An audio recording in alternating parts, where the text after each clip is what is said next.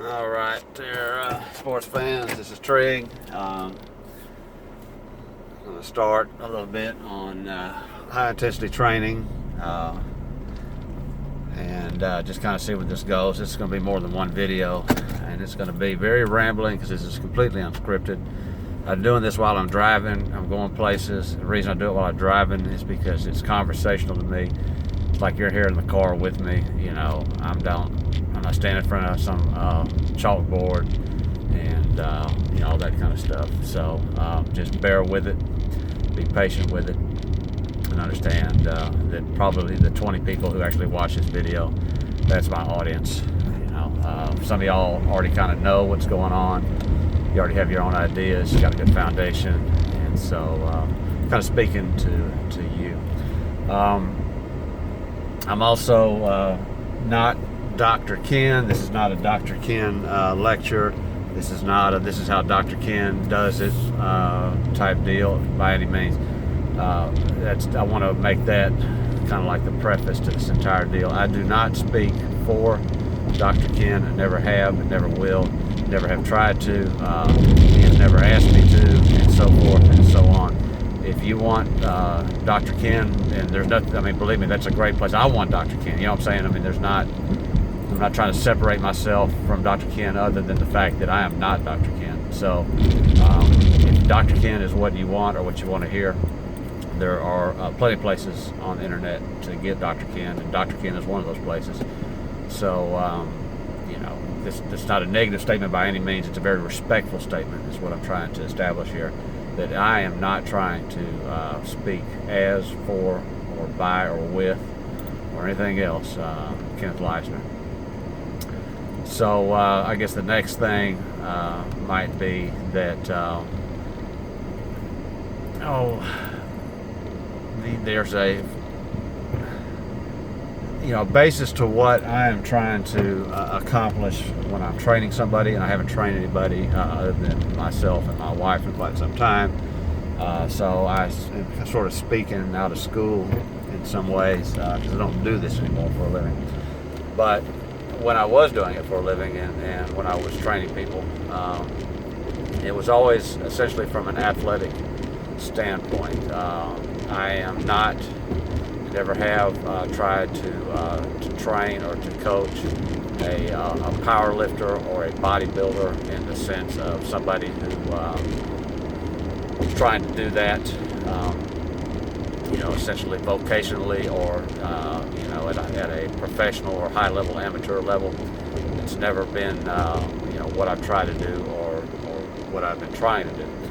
So if you are that, if you're a guy that's or a gal, that's already, placed highly in state-level contests,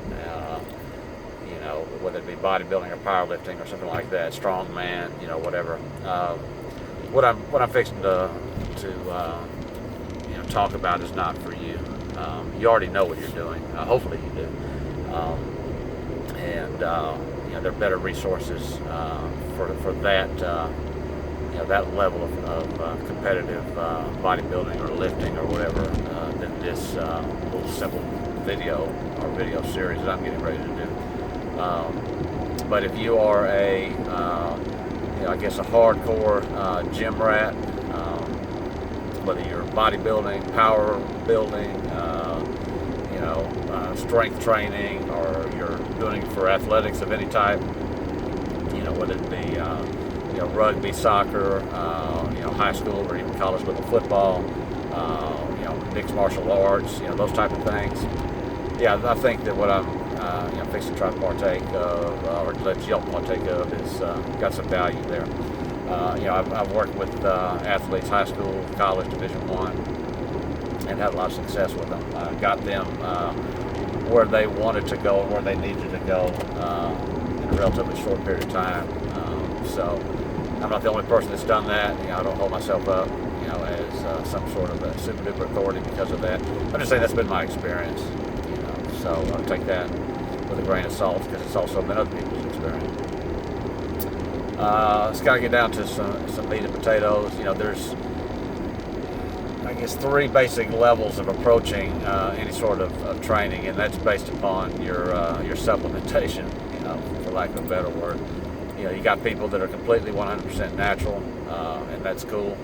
I mean, their supplementation is supplements. They can probably take the multivitamins, creatine hydrate, whatever, protein powder, and that's just the level that they train at. They're natural, 100% natural, and you got an approach to training that's based upon that. And then you got the other extreme, and those are people that are utilizing steroids and other real pharmaceutical or non-pharmaceutical performance-enhancing drugs.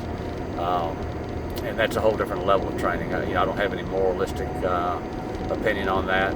If that's what you want to do and you can afford it, and it's not creating havoc in your life, your personal life, then by all means, it's your choice and you do it, and I got no problem with it. There's a way to approach training from that perspective.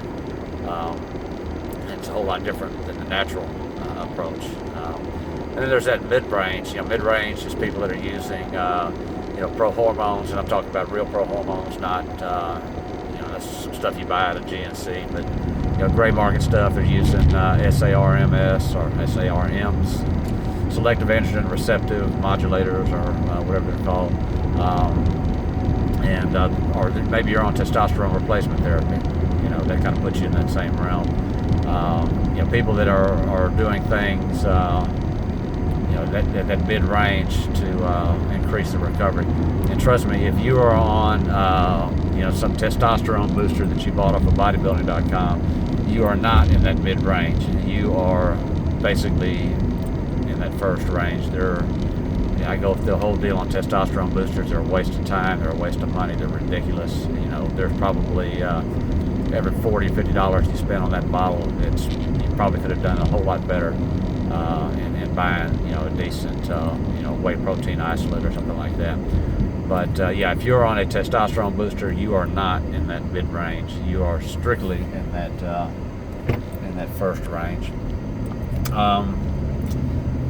So, whatever level you're training at, if you're talking about, high intensity training, there's some very specific things that we would call high intensity training. While I'm sitting here thinking about it, if somebody out there is looking for a cookie cutter routine, there is actually something I can give you that's actually, very good stuff.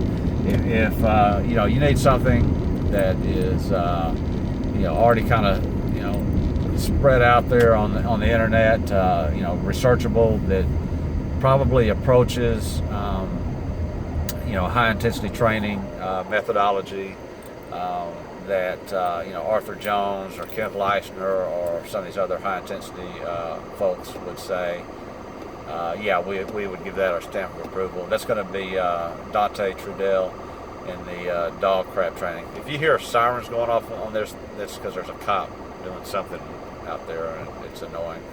And now he's leaving, so that's good. I mean, I am all about law enforcement, but cops are people too, and they can be annoying. But anyway, so Dante Trudell, dog crap training. I do not train people dog crap training style. I don't know Dante Trudell. He wouldn't know me. And that's all well and good. I do know a gentleman who trained either under or supervised some way, somehow by Dante, and he had a huge deal of success with it. He was also, like Dante Trudell, indulging in Mexican creatine. And so, you got to keep it all in perspective. But you can modify that dog crap training to your recovery levels relatively easy. So if you're looking for something on the net, you say, look, I don't want to listen to all this crap. I'd just rather just find something out there that can kind of show me what to do. Dog crap training would probably be the place that I would tell you to go look. It's actually very good, but you're still not getting, if you get on the net and you follow that stuff, you're not getting what Dante Trudell would be doing with you in the gym. You're just getting a format or a plan or a perspective on it. Let me think here real quick. Okay, I'll do this and I'll sum it up so this video doesn't take 27 hours to load on YouTube. Let's just start out with lifts. You know, 95% of the people who are actually going to be listening to this and watching this and hopefully maybe taking notes, because the way this thing rambles, you don't need to be doing a whole lot of stuff that probably most people are doing in the gym. You know, find you a squat variation. I don't care what it is. You know, you figure that out for yourself. But a squat variation, you're going to find you a deadlift variation, and I don't care what that is.